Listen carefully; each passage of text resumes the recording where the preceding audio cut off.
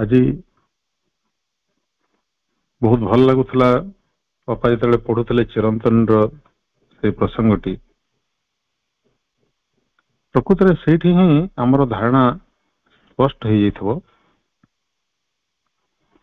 ମୋର ବିଶ୍ୱାସ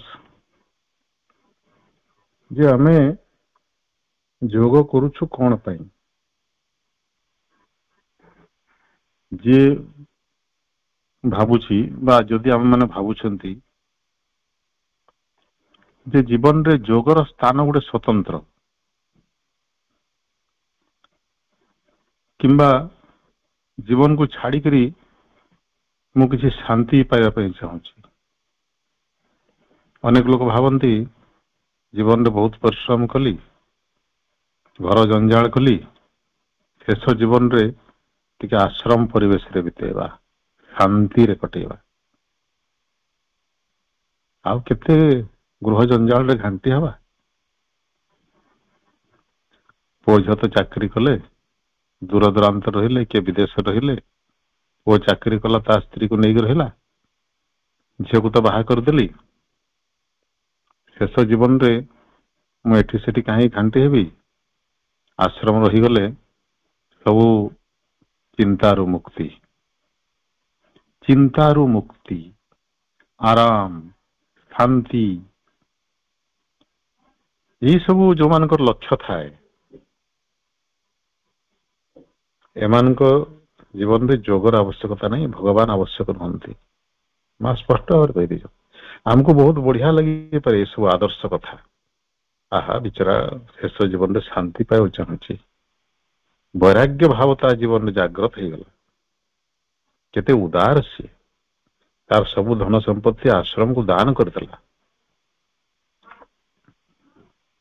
ପୁଅ ଝିଅର ମୋହରୁ, ଆକର୍ଷଣରୁ ଦୂର ହେଇ ବା ବିତୃଷ୍ଣ ହେଇକରି ସେ ଶେଷରେ ସନ୍ନ୍ୟାସ ବ୍ରତ ଗ୍ରହଣ କଲେ। ସେ ପରମାର୍ଥୀ। ଏସବୁ ବିଭିନ୍ନ ବିଭିନ୍ନ କ୍ଷେତ୍ରରେ ବିଭିନ୍ନ ଟିପ୍ପଣୀ ଆମେ ସବୁ ଦଉ, ମନ୍ତବ୍ୟ ଦଉ, ଏବଂ ଏଭଳି ଆଚରଣ ପ୍ରଦର୍ଶନ କରୁଥିବା ବ୍ୟକ୍ତିମାନଙ୍କୁ, ତଥାଗତ ପୁଣ୍ୟାତ୍ମା ମାନଙ୍କୁ ଆମେ ବହୁତ ଉଚ୍ଚ ସ୍ଥାନ ଦଉ। ଠିକ ଅଛି, ଆମେ ଉଚ୍ଚ ସ୍ଥାନ ଦବା, କିଛି ମନ୍ଦ ନୁହେଁ। କିନ୍ତୁ ଆମେ ଜାଣିଥିବା ଯେ ସେଭଳି ଉଚ୍ଚ ସ୍ଥାନ ଆମର ଆବଶ୍ୟକ ନାହିଁ। ସେଭଳି ଆଦର୍ଶ ଆମର ଲକ୍ଷ୍ୟ ନୁହେଁ। କାରଣ ସେ ସବୁ ପ୍ରକୃତ ଆଧ୍ୟାତ୍ମିକ ଦୃଷ୍ଟିରେ ଯଦି ବିଚାର କରାଯାଏ, ଏସବୁ ଗୋଟେ ଗୋଟେ ଭଣ୍ଡାମି। ଏଇଟା ହଉଛି ନିରାଟ ଅପ୍ରିୟ ସତ୍ୟ। ମା ସେ କଥା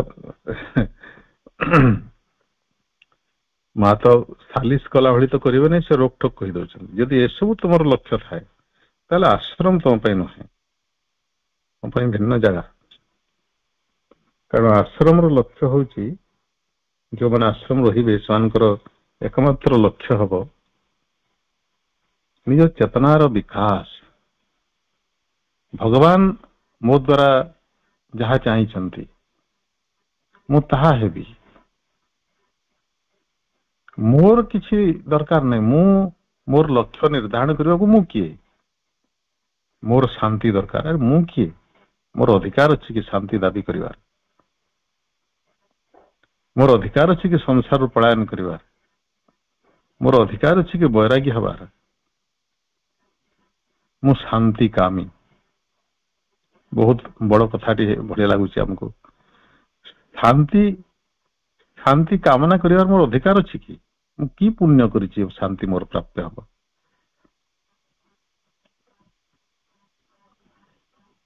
ଆଉ ସବୁ ତ ମୁଁ ଦରକାର, ମୁଁ ଚାହିଁଲି, ମୋର ଦରକାର। ଭଗବାନ ଏଠି କୋଉଠୁ ଆସିଲେ? ପୂର୍ବୋକ୍ତ କୌଣସି ବ୍ୟକ୍ତି କହିଲେ ନାହିଁ ଯେ ମତେ ଭଗବାନ ଦରକାର, ମୁଁ ତାଙ୍କରି ସନ୍ଧାନ କରୁଛି। ମୁଁ ଜାଣିବାକୁ ଚାହୁଁଛି ଭଗବାନ ମୋ ଦ୍ୱାରା କଣ ଚାହାନ୍ତି?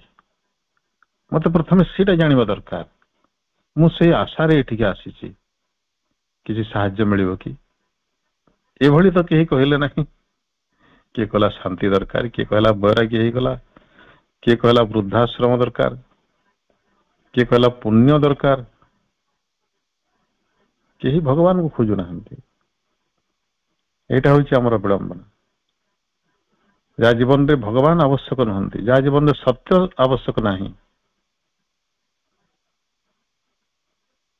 ସିଏ ଯୋଗ ଠାରୁ ବହୁତ ଦୂରରେ। ସିଏ ତ ପ୍ରଥମେ ଜୀବନ କଣ ବୁଝି ନାହିଁ, ଯୋଗ ତ ବହୁତ ଦୂରର କଥା। ପ୍ରଥମେ ତାଙ୍କୁ ଜୀବନଟା କଣ ବୁଝିବା ଦରକାର। ଜୀବନଟା କଣ ବୁଝିଲେ ଆମେ ଜାଣିବା ପ୍ରକୃତରେ ଜୀବନର ଲକ୍ଷ୍ୟ କଣ ହବା ଦରକାର, ସେଟା ଏକା ସାଙ୍ଗରେ ବୁଝିବା ଆମେ। ଯଦି ଜୀବନକୁ ବୁଝିଲେ ଜୀବନ ଲକ୍ଷ୍ୟ ଆପେ ଆପେ ସ୍ପଷ୍ଟ ହେଇଯିବ। ତେଣୁ ପ୍ରଭୁ ଏବଂ ଶ୍ରୀମା ଉଭୟ ଏକ ସ୍ୱରରେ କହିଛନ୍ତି ସେ କଥା ଯେ ଏଠି ଆମେ ଆମର କୌଣସି ବ୍ୟକ୍ତିଗତ ଲକ୍ଷ୍ୟ ପୂର୍ତ୍ତି କରିବାକୁ ଆସିନାହୁଁ, ଆମେ ଆସିଛୁ ଭଗବାନଙ୍କର ଉଦ୍ଦେଶ୍ୟ ପୂର୍ତ୍ତି ନିମନ୍ତେ। ସେଇଟା ଆମର ଲକ୍ଷ୍ୟ। ସାରା ଜୀବନ ବ୍ୟକ୍ତିଗତ ଲକ୍ଷ୍ୟରେ ଆମେ ମସଗୁଲ ରହିଲେ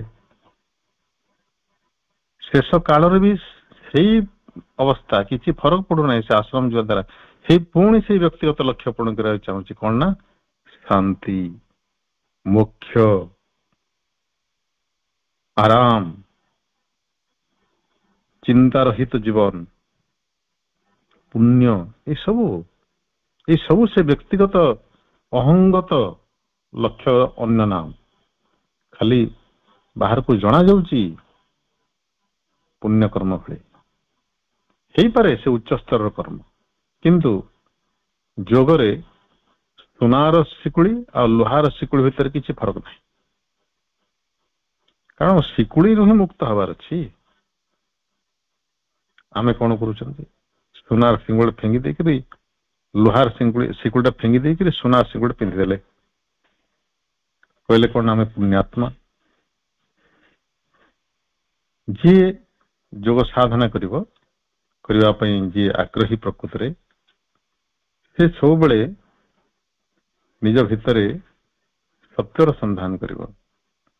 ସତ୍ୟ ହିଁ ଭଗବାନ, ଭଗବାନ ହିଁ ସତ୍ୟ। ସତ୍ୟ କଣ? ଜୀବନର ସତ୍ୟ। ଏ ଜୀବନଟା କଣ, ମୁଁ ଏଠି କାହିଁକି ଆସିଛି, ଭଗବାନ ମୋତେ କାହିଁକି ପଠେଇଛନ୍ତି, ମୁଁ ସେଟା ଜାଣିବାକୁ ଚାହୁଁଛି। ନିଜକୁ ଜାଣିବା, ଟୁ ନୋ ଦାଇ ସେଲ୍ଫ, ଏଇଟା ହଉଛି M of yoga, first step, first M. ତାପରେ ସେଠୁ ଯାତ୍ରା ଆରମ୍ଭ ହବ।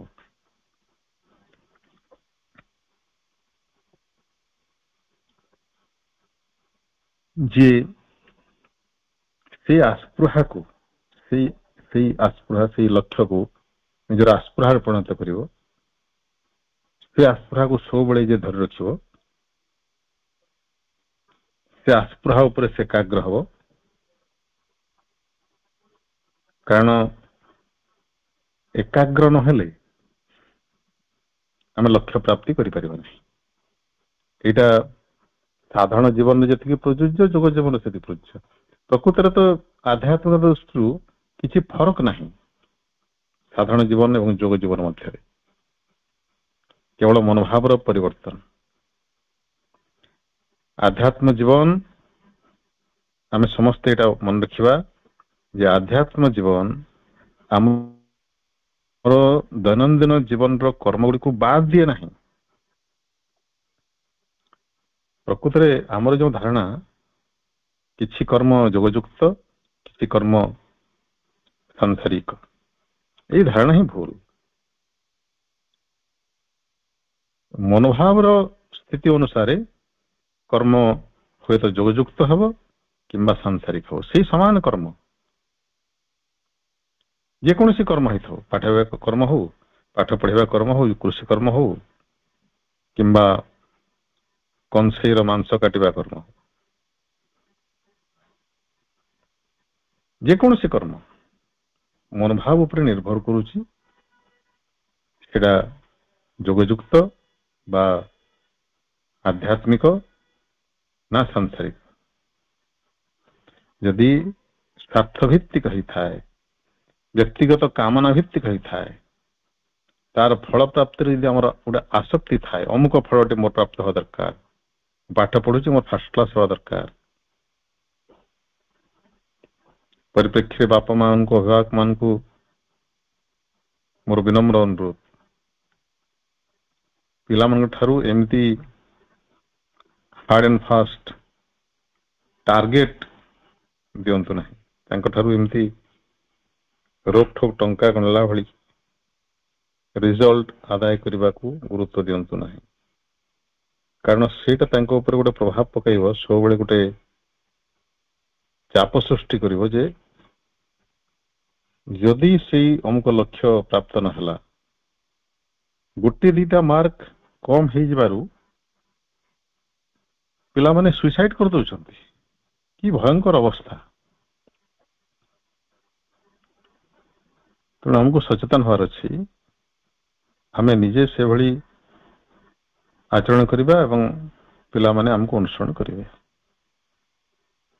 ଆମର କର୍ମର ଅଧିକାର ଅଛି, ଫଳ ପ୍ରାପ୍ତିର ନାହିଁ। ଏଇଟା ତ 1000 ବର୍ଷ ପୂର୍ବରୁ ଭଗବାନ ଶ୍ରୀକୃଷ୍ଣ କହିସାରିଛନ୍ତି।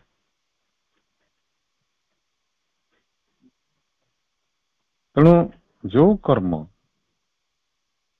ନିଃସ୍ୱାର୍ଥପର, ଫଳ ପ୍ରାପ୍ତିର ଆଶା ନ ରଖି, ପୁଣି ଆଶା ନ ରଖିବାର ଅର୍ଥ ଏମିତି ନୁହେଁ ଯେ ଅବହେଳା କରିବା, ଯାହା ହେଲେ ମୋର କଣ ଅଛି, ଏମିତି ନୁହେଁ। ସର୍ବୋତ୍ତମ ଭାବରେ କରିବା। ମା କହିଲେ ଟୁ ଡୁ ୟୋର ୱାର୍କ ଆଜ ୱେଲ୍ ଏଜ ୟୁ କ୍ୟାନ୍। ଯଥାସମ୍ଭବ ସବୁଠୁ ଭଲ ଭାବରେ କର୍ମ କରିବା ପାଇଁ ଚେଷ୍ଟା କରିବା, କିନ୍ତୁ ତାପରେ ପରିଣାମ ଯାହା ହଉ ସେଥିରେ କିଛି ବ୍ୟସ୍ତ ବିବ୍ରତ ହବାର ନାହିଁ କି ଆନନ୍ଦ ବିଭୋର ହବାର ନାହିଁ।